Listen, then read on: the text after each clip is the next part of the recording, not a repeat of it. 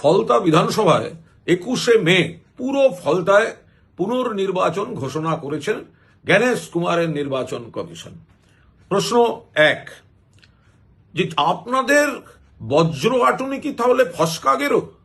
এত কিছু তারপর গোটা ফলতা জুড়ে রিগিং হলো, আর আপনারা দিনের দিন ধরতে পারলেন না। তার 3 দিন বাদে গন্ডারের গায়ে সুড়সুড়ি দিলে 3 দিন পর হাসে।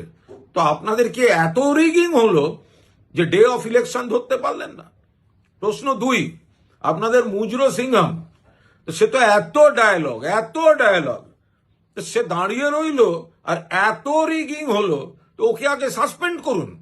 তাহলে ও কেন পার পেয়ে যাবে? ওর অ্যাকাউন্টেবিলিটি কি? 3, এত কোম্পানি, সেন্ট্রাল ফোর্স, সেনা, আধা সেনা, তো তারা গোটা ফলতা জুড়ে রিগিং ধরতে পারলো না।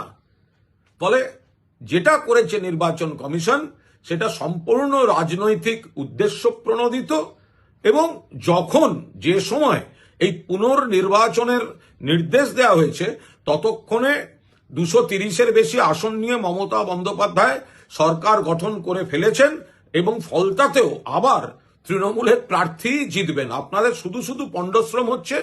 আপনারা যে কাজগুলো করলেন, এবার প্রশ্নের উত্তর আপনাদের দিতে হবে। যদি এত রিগিং হয়ে থাকে তাহলে আপনারা ভোটের দিন রিয়াক্ট করলেন না কেন? মুজরো সিংহাম কি করছিল? এত সেনা, আধা সেনা, সাঁজোয়া বাহিনী কি করছিল?